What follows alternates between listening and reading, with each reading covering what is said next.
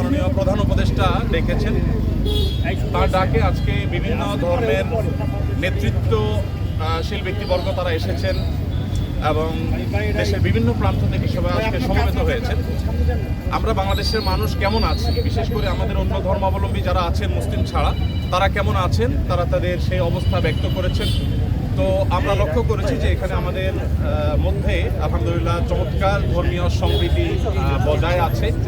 সেটিকে সামনে আরও কিভাবে ভালোভাবে ধরে রাখা যায় সেজন্য আজকে আমরা কথা বলেছি, সবাই মন খুলে সবাই যার যার মতামত ব্যক্ত করেছেন। মাননীয় প্রধান উপদেষ্টা মহোদয় তিনি আমাদের কথাগুলো খুব মনোযোগ দিয়ে শুনেছেন এবং তিনি বলেছেন যে একটি সুন্দর সম্প্রীতির বাংলাদেশ, যে বাংলাদেশে কোনো ভয় থাকবে না, সেটি গড়বার জন্য তারা কাজ করছেন।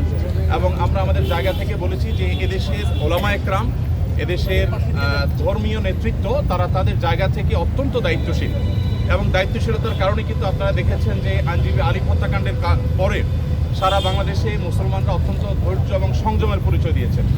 বিগত সরকারের শেষের দিকে আপনারা দেখেছেন ফরিদপুরে দুইজন মসজিদের নির্মাণ শ্রমিককে অত্যন্ত নির্মমভাবে অন্য ধর্মাবলম্বীরা হত্যা করার পরও গোটা দেশের মুসলমানরা অত্যন্ত সংযমের পরিচয় দিয়েছেন। আমরা এটিকে যেমন সাধুবাদ জানিয়েছি, ঠিক তেমনিভাবে এটিকে ধরে রাখবার জন্য সংগ্রাম চালাচ্ছি। এখানে সিনিয়র বিভিন্ন ব্যক্তিবর্গ ছিলেন, জাতীয় মসজিদ বাতরণ কর্মের সম্মানিত খতিব ছিলেন, আন্দরকিল্লা শাহী মসজিদের খতিব সহ অন্যান্য ব্যক্তিবর্গ ছিলেন। প্রত্যেকেই একই সুরে কথা বলেছেন যে আমরা সম্প্রীতির বাংলাদেশ গড়ে তুলতে চাই। বাংলাদেশের মানুষ যেভাবে ধর্মীয় সম্প্রীতির উজ্জ্বল উদাহরণ তৈরি করেছে, এটা পৃথিবীতে আসলেই বিরল। কোনো প্রপাগান্ডায় যেন আমরা কেউ কোনোভাবে পা না দিই এবং আমরা যেন সবাই ঐক্যবদ্ধ থাকি, সেজন্য সবাই এখানে কথা বলেছেন। মুসলিমরা ছাড়াও অন্য ধর্মাবলম্বী যে সমস্ত নেতৃবর্গ ছিলেন তারাও কথা বলেছেন।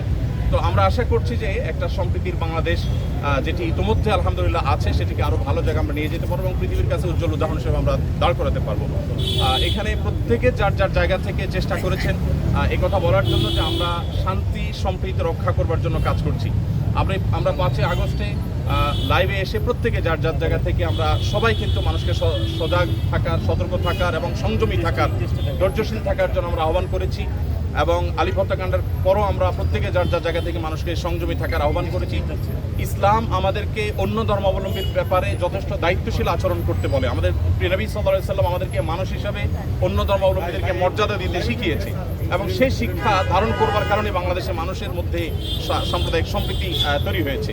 আমরা আমাদের আশেপাশের বিভিন্ন জায়গা থেকে সাম্প্রদায়িক সম্প্রীতির যে নাসিহা শুনে থাকি, উপদেশ শুনে থাকি, সেই সমস্ত জায়গায় যখন দেখি যে সংখ্যালঘুরা নির্যাতিত হচ্ছে, আঘাতপ্রাপ্ত হচ্ছে এবং দলে দলে তাদের উপাসনাগুলো ভাঙা হচ্ছে, আমার মনে হয় সেই জায়গাটাতে আমাদের মনোযোগ দেওয়া দরকার।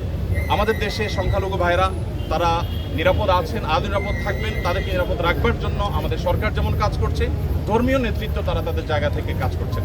তো আমরা মূলত এই বার্তাটা মাননীয় প্রধান উপদেষ্টা মহোদয়কে আমরা দেওয়ার চেষ্টা করেছি যে আমাদের জায়গা থেকে আমরা ঐক্যবদ্ধ আছি, ঐক্যবদ্ধ আমরা থাকবো। আমাদের হিন্দু, মুসলিম, খ্রিস্টান, বৌদ্ধ সবাই ভাই ভাই হয়ে আমরা এই মাটিতে আমাদের প্রিয় দেশকে এগিয়ে নিয়ে যেতে চাই। সেই জায়গা থেকে আমাদের মধ্যে কোনো প্রকার ফাটল নেই, আমাদের মধ্যে কোনো বিভেদ নেই। বিভেদ এবং ফাটল যারা দেখাবার চেষ্টা করছে তাদের সে মিথ্যা প্রপাগান্ডা যেন বিশ্ববাসী বিভ্রান্ত না হয়, আমাদের দেশের মানুষ যেন বিভ্রান্ত না হয়, আমরা সে বার্তাটি মূলত আজকে দেওয়ার চেষ্টা করি।